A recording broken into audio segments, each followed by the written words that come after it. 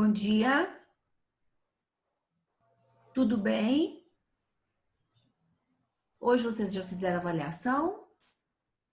Hoje não tem, não? Não, hoje tem, é no Quarto quarto. horário. Quarto horário. Tá. Hoje é de arte? De inglês. Inglês. Então vamos lá. Nós vamos falar do estabelecimento das primeiras colônias. Estabelecimento aqui é como eles se organizaram. Pode começar para a tia Tânia, por favor. A Amanda, bem devagar.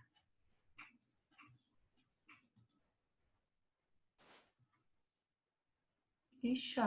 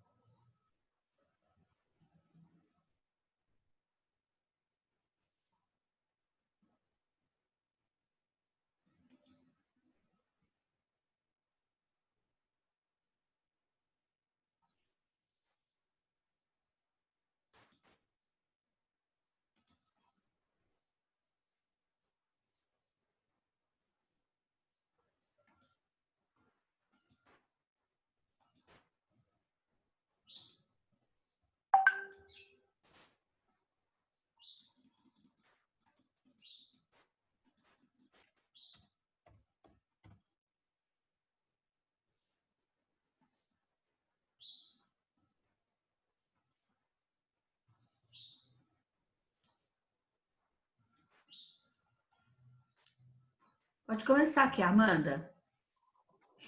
O estabelecimento das primeiras colônias.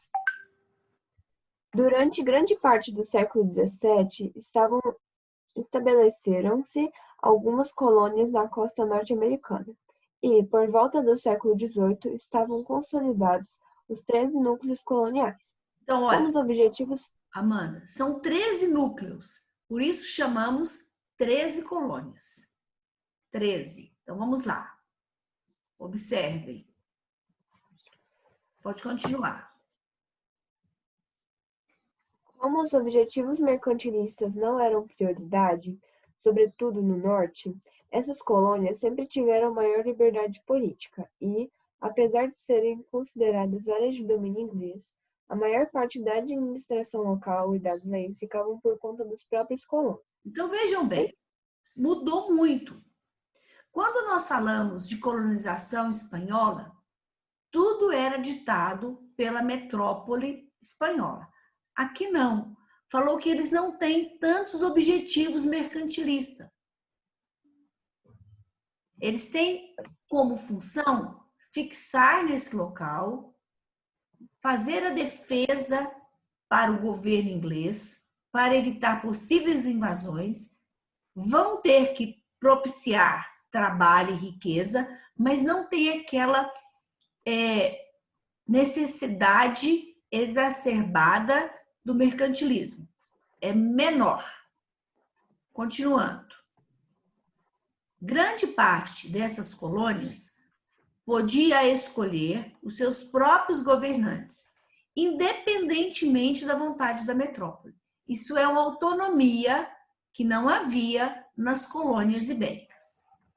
As condições geográficas favoráveis existentes na região sul contribuíram para o estabelecimento de uma cultura extensiva de gêneros tropicais para exportação, principalmente o tabaco, o arroz, o anil, produtos cujo cultivo era baseado no regime de exploração de grandes propriedades monoculturas escravistas. Nós estamos falando do sul. Olha no mapa aonde que está falando do sul. Virgínia, Carolina do Norte, Carolina do Sul, Geórgia. Tá, vamos ficar de novo.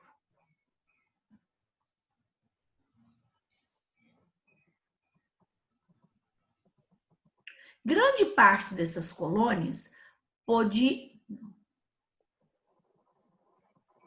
Nos núcleos setentrionais, o que é setentrional? que é meridional e setentrional que a tia Tânia falou outro dia? Sul, meridional, norte, setentrional. Vamos lá. blá, blá, blá, blá. Vamos aqui. Sul, Vamos no mapa. meridional, norte, setentrional. Vamos dividir ao mapa. Norte, Vamos pegar um risco e vamos passar aqui aleatoriamente, só para a gente entender. Olha, o que está acima do risco é setentrional, é o norte. O que está abaixo do risco é meridional, é sul. Tem que saber isso no 7º ano. Então, falou assim, ó, grande parte dessas colônias,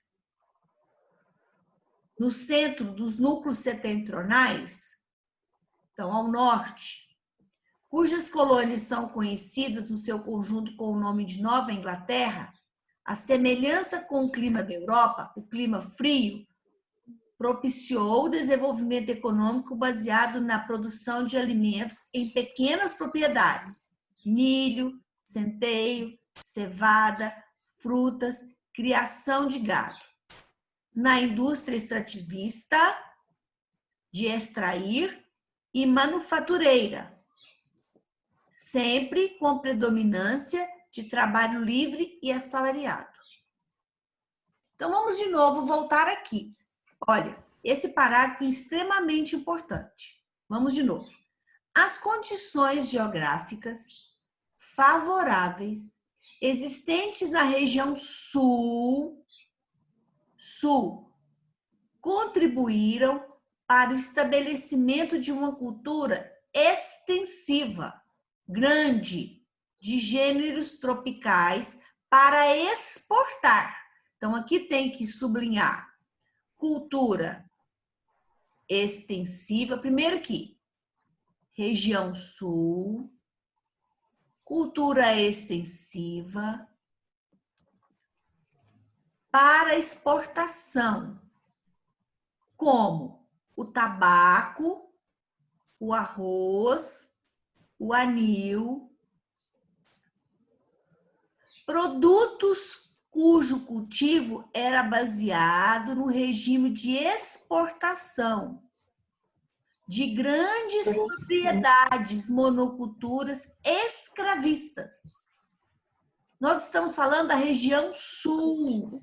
Então, na região sul, nós vamos ter escravos. E nós vamos trabalhar muito para exportar.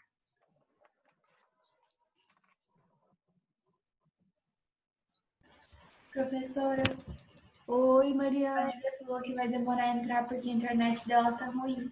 Coitada. Então, vamos lá. Então, vamos entender. Nós estamos falando de colonização inglesa, estamos falando de 13 colônias, estamos falando da região sul. Na região sul, eram grandes propriedades, com grandes cultivos, com trabalhadores escravistas para exportar. Agora a tia Tânia vai tirar daqui e vai lá para outra parte. Pronto. Nos núcleos setentrionais, ao norte, aqui era o sul, aqui é o norte. As colônias são conhecidas no seu conjunto como Nova Inglaterra. Por que recebeu esse nome? Porque tinha uma semelhança com o clima da Europa, era frio. Essas colônias vai propiciar o desenvolvimento econômico baseado na produção de alimentos em pequenas propriedades, por exemplo, milho, centeio, cevada, frutas, criação de gado. Também vai ter a indústria extrativista, como madeira, outro produto. Eles vão trabalhar na parte manufatureira, vão fazer produtos à mão e vai ter uma predominância do trabalho assalariado. Então, aqui eu estou falando da região sul e da região norte. Então, aqui, ó, nessa parte, nós já vamos ter um trabalho livre, assalariado, onde trabalhar e ter dinheiro é honesto, gera lucro e não é pecado. Não tem problema. Né? Lá na colonização ibérica, quem acumulava dinheiro era pecador. Mas vamos pensar com a tia Tânia aqui. O povo nobre não acumulava dinheiro?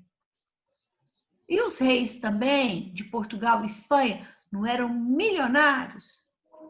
Então quer dizer que eles estavam constantemente em pecado? Ou não? Então o pecado é só para o povo menos em termos financeiros?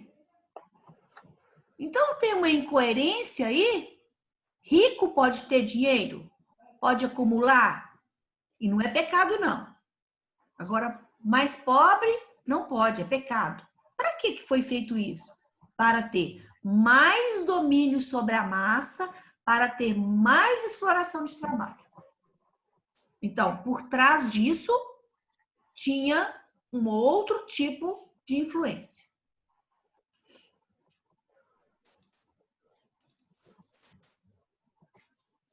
Por ser uma colônia com laços coloniais frágeis, se comparada com as colonizações ibéricas, a liberdade econômica era ainda maior.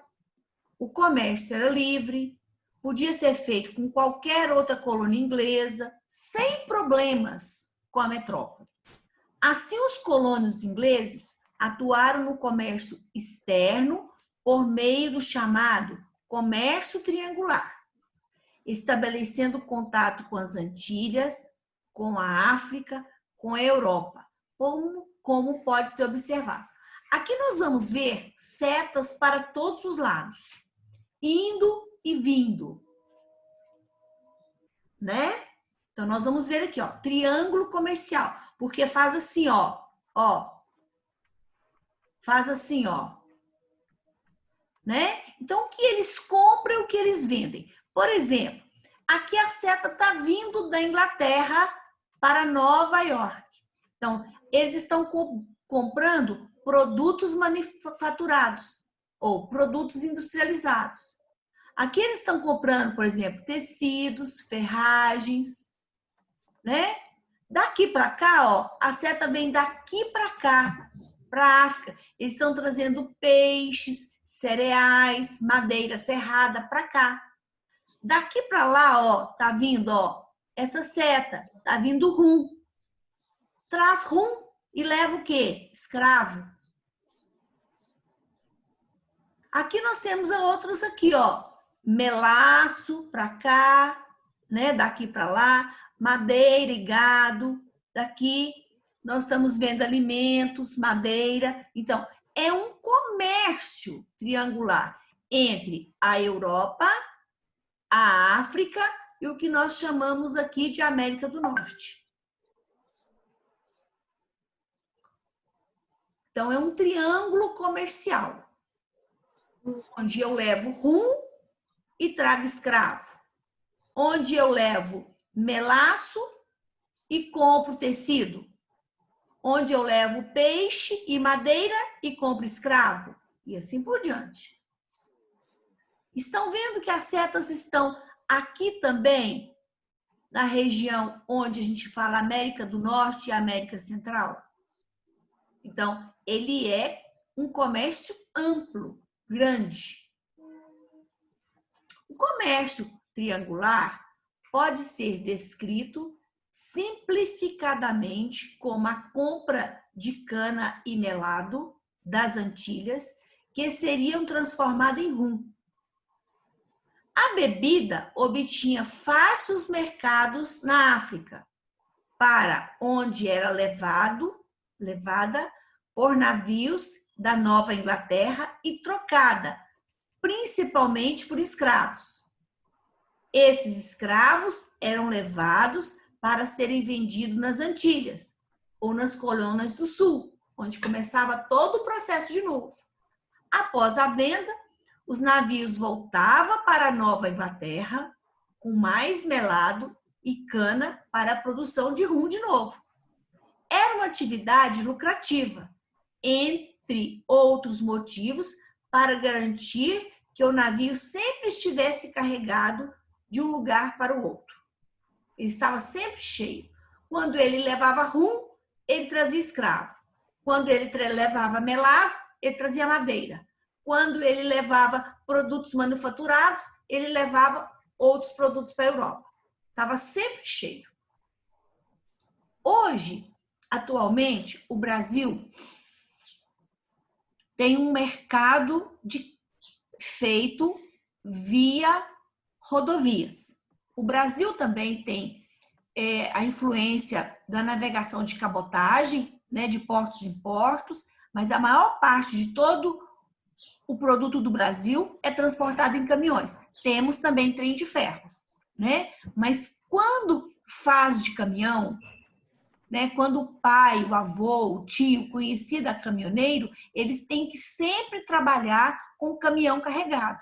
Se ele leva um produto, por exemplo, de Uberlândia para São Paulo, vamos imaginar que ele levou arroz. Na volta, ele tem que trazer o caminhão de novo carregado, porque senão ele fica no prejuízo. E isso acontecia no triângulo comercial. Eles tinham sempre que estar com os navios carregados de um lugar para o outro. Nunca com o navio vazio. Se levava rum, tinha que trazer escravo. Se trazia produtos manufaturados, tinha que levar outro produto para a Inglaterra e assim vice-versa. Por quê? Porque andar vazio é sinônimo de prejuízo.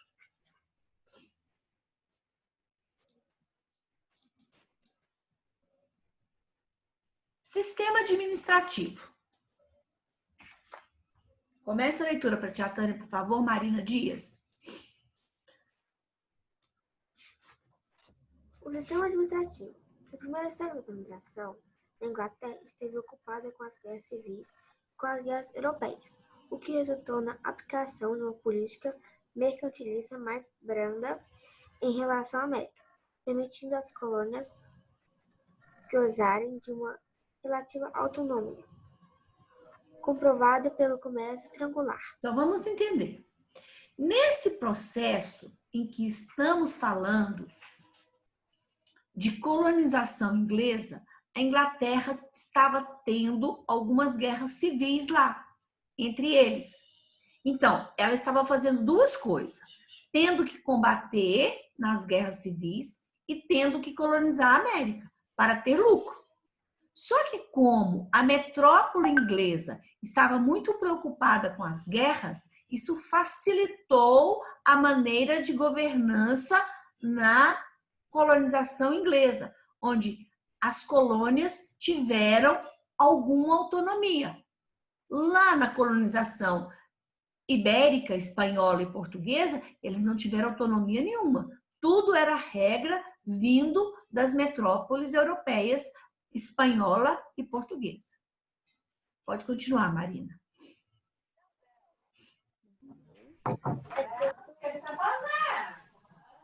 A expressão negligência salutar, ou autogoverno,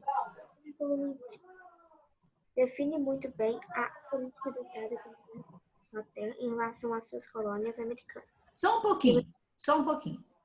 Quando a gente vai... Abre as câmeras para vocês conversarem comigo um pouquinho. Quando a gente vai a um restaurante, que você pega um cardápio, né? Você fala que aquele restaurante é à la carte. Você olha na carta, você olha no cardápio para você pedir, né? Então você escolhe, né? Eu quero só isso. Quando você vai num restaurante que não tem cardápio, a gente fala que é um restaurante o quê? Fala, gente, eu estou esperando. Quando você vai lá no nhaque, você serve. Tem várias comidas e você serve. Então, é um restaurante o quê? Self-service? Self-service. Então, você mesmo que serve. Você é livre para escolher entre aquelas guloseimas todas que você quer. Aqui falou o quê? A expressão negligência salutar ou autogoverno self-governamental, que é em inglês, define muito bem a política adotada pela Inglaterra em relação às colônias americanas. Liberdade de escolha, liberdade política, liberdade econômica, liberdade religiosa, liberdade cultural. Então, a colonização inglesa teve menos imposições e mais abertura. Isso resultou em quê? Nos Estados Unidos, uma potência, a maior potência do mundo. Ele é mais novo do que a Inglaterra. Ele é mais novo que todos os países da Europa. E ele, economicamente falando, ele é a maior potência hoje do mundo. Isso se deve principalmente a essa liberdade que falou aqui agora. Foi colonizado com uma produção, com uma liberdade de trabalho, onde ter lucro era bem-vindo. Ter lucro fortaleceu a economia do local. Por exemplo, o pai de vocês hoje, a mãe de vocês hoje, que trabalham para ter um salário e que esse salário possa ser fruto de bênção e gerar lucro. E para onde que vai o lucro da sua família? Vai para onde a família achar melhor. A compra de uma casa, a compra de um sítio, de uma fazenda, de uma viagem, ou de várias viagens, ou de várias fazendas. É bento, é abençoado. Para os portugueses, para os ingleses, os juros, o lucro era visto como mal. Mas vamos lembrar de novo, os nobres portugueses, os nobres espanhóis, a coroa espanhola, a coroa portuguesa era feito de ricos.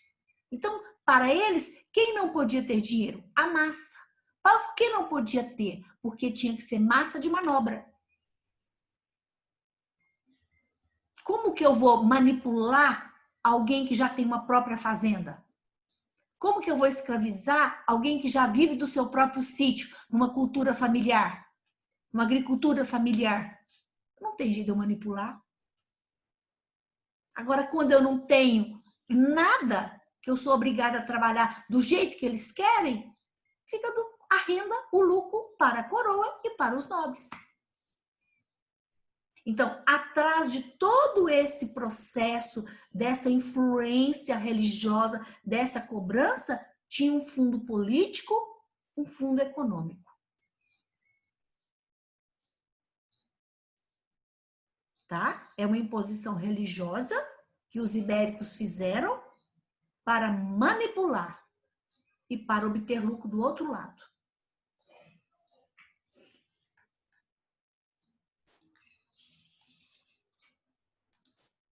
Dessa forma, as relações com a metrópole, embora frequentes, não eram caracterizadas por uma intensa dominação. Então, vamos entender. Os ingleses vão dominar o povo da América do Norte, eles vão trazer escravos da África, também vai ter embate, também vamos ter algumas mortes, alguns conflitos, mas são menores do que na América espanhola e portuguesa. Também lá vai ter problemas? Sim, gente, vai ter. Lá também eles vão judiar dos nativos? Sim, vão, mas em menor escala. Diferente. Eles vão dominar os nativos? Sim. Não é nenhum mar de rosas.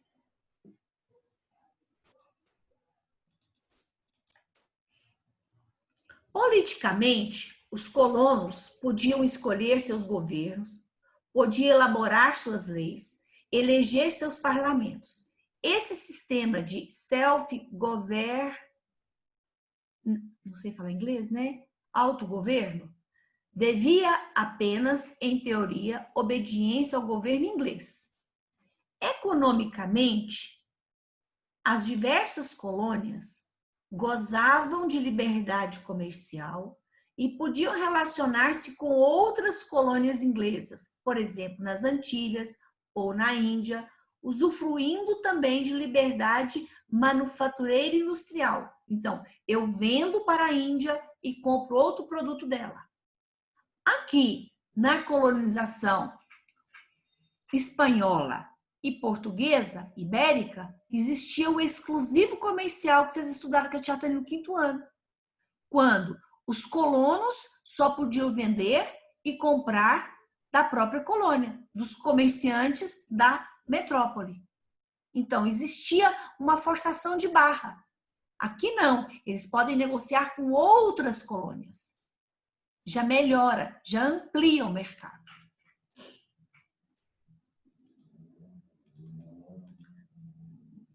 No plano cultural, os colônios não sofriam restrições ou censuras de nenhuma espécie.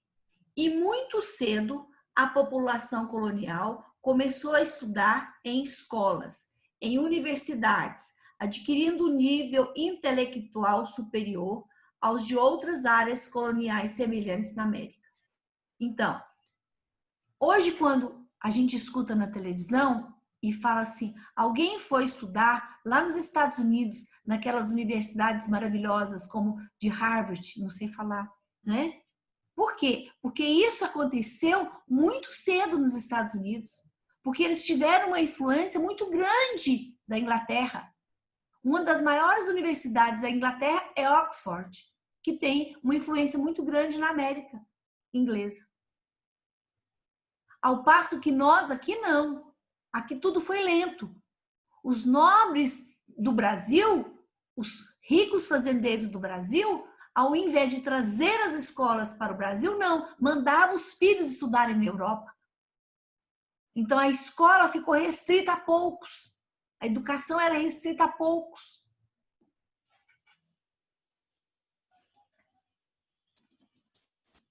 Entretanto, na segunda metade do século XVIII, o governo inglês passou a impor uma maior restrição às atividades econômicas das colônias, decretando novas regras em relação à exploração colonial, mudança que resultou no movimento de independência das colônias ainda naquele século.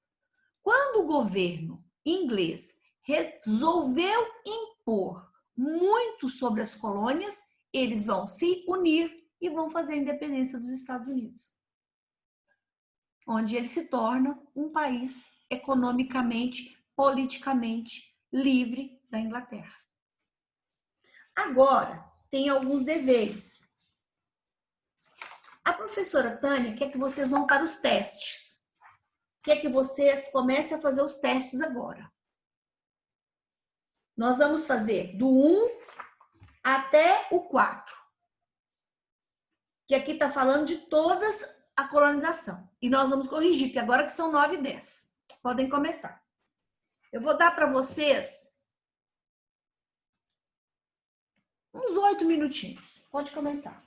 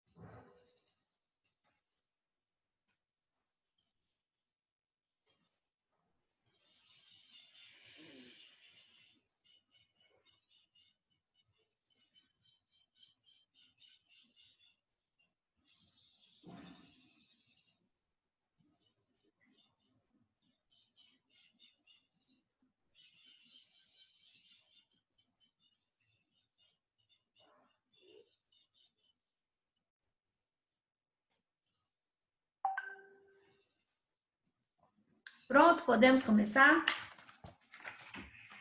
A Amanda já está até brincando aqui. Vamos lá.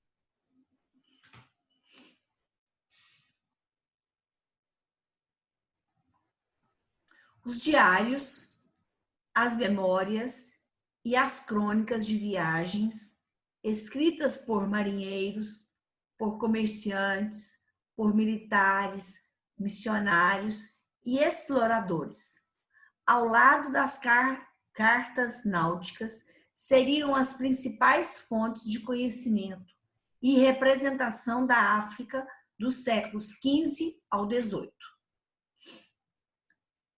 A barbárie dos costumes, o paganismo e a violência cotidiana foram atribuídos aos africanos ao mesmo tempo em que se justificava sua escravização no Novo Mundo.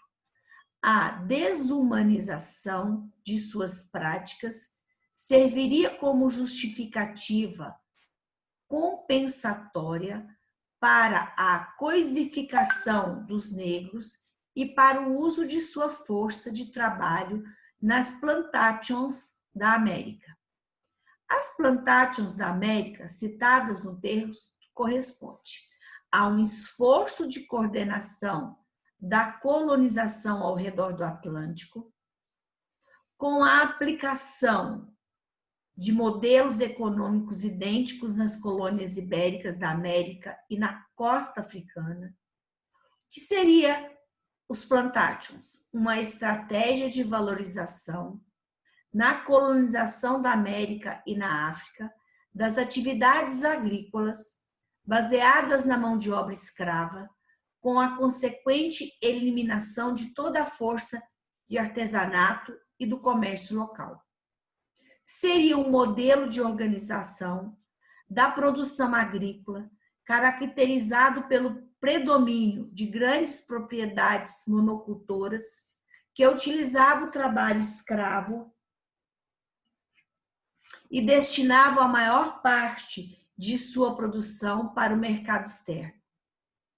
Seria uma forma de organização de produção agrícola implantada nas colônias africanas a partir do sucesso da experiência do povoamento das colônias inglesas na América do Norte. Seria uma política de utilização sistemática de mão de obra de origem africana na pecuária, substituindo o trabalho dos indígenas, que não se adaptavam ao sedentarismo e à escravidão. Essa pergunta vem falar para nós sobre como era feita a escravidão no Novo Mundo, como eles tinham um processo de acabar com a humanização da pessoa, ou seja, a desumanização, e vai falar sobre a prática das plantations, do trabalho nas plantações na América. A resposta melhor